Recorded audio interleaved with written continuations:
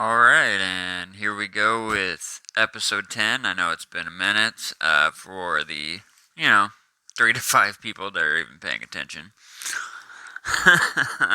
But you gotta start somewhere on YouTube, right? Screw it. So basically, what I've got today is only exciting raid really that I've done recently is this Zekrom raid, and I'm not really that interested in them anymore. I've got a nice team, I think of 6 or 7 of them. I've got close to a dozen Reshiram, and they're real strong and everything. But I'm waiting for Kirim, and I want to see if maybe they do something like some sort of mega evolution where they do like I don't know what it's called, if it's the origin form. I know that's what they call Groudon and Kyogre's original primal forms or whatever. They got too many forms for all these Pokemon.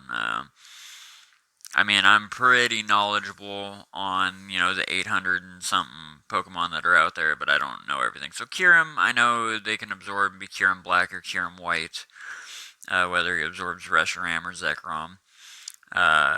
Why they never had him absorb both and show the original dragon that the 3 dragons originally made, I'm not sure.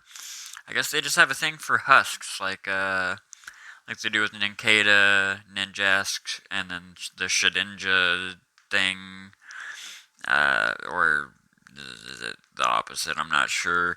But you get the husk because it looks like a halo with its back exploded out, like something from one of the Alien movies. So it's weird.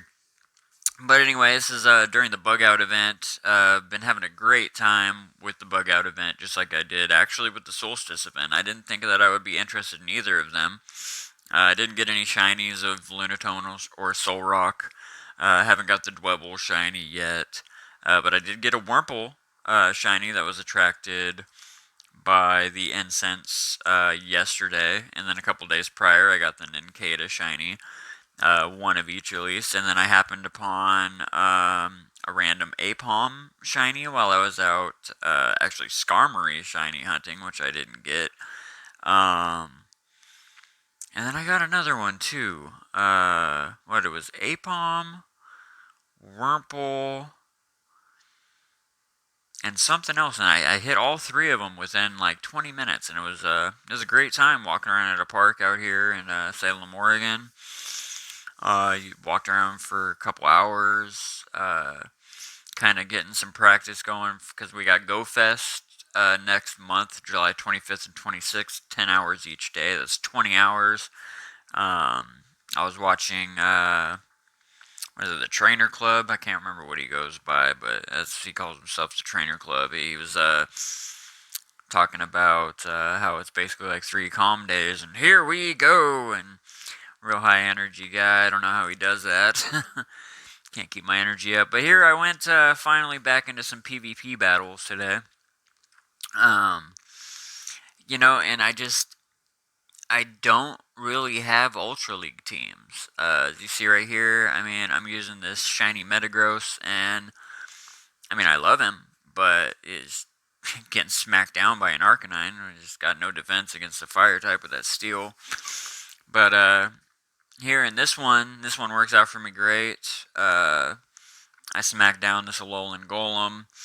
My Gyarados actually sweeps this whole team, but I gotta give some credit to that with the lag. There's a lot of lag going on. And then, this is playing it at a double time, and it's still kind of just like, yep. I think, like, look at this Hariyama gets off, I think, like, 2 hits. He just bounces around a little bit. So this guy got ripped off by, Niantic's connection or whatever. Whoever's to blame for that, maybe his phone provider, maybe he's off in the middle of nowhere. But I do have 2 moves, charge moves on this Gyarados, which they're both dragon types, so that's not really allotting for a lot of coverage. But I just happen to have the candy and the Stardust to do it, so I decided to invest in it. I'm going to have to, of course, change that to some different coverage. I'm not even sure what moves Gyarados gets. I know it learns some crazy stuff. Like, it can learn, like, Flamethrower, and it's a water flying type, and it's got dragon moves. So, I mean, it's just crazy. Gyarados is a great Pokemon. I've always loved Gyarados. And that's the thing is, with the Ultra League here, it's like, I use, like, Roserade, Metagross, Charizard, Gyarados, Jolteon.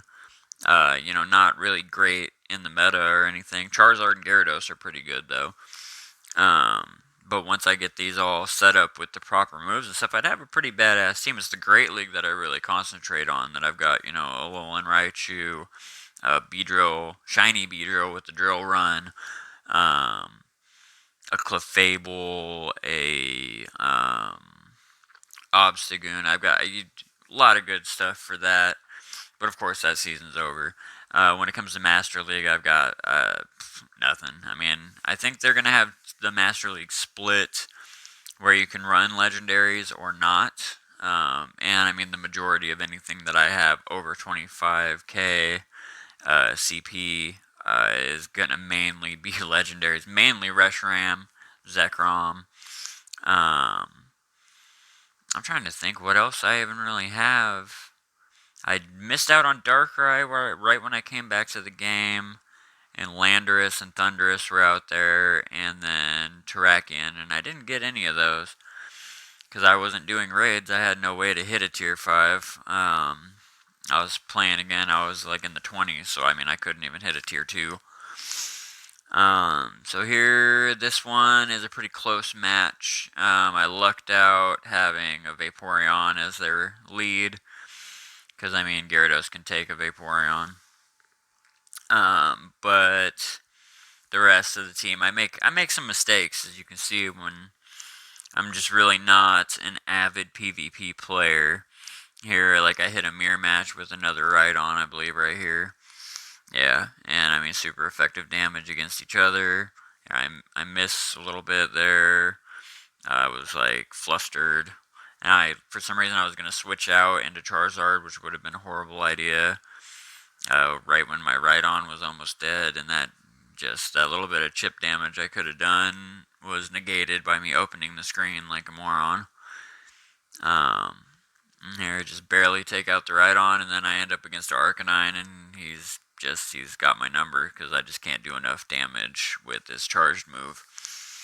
Otherwise, if I had something better to counter, I could have maybe won that one. I believe that's the same thing that happens here.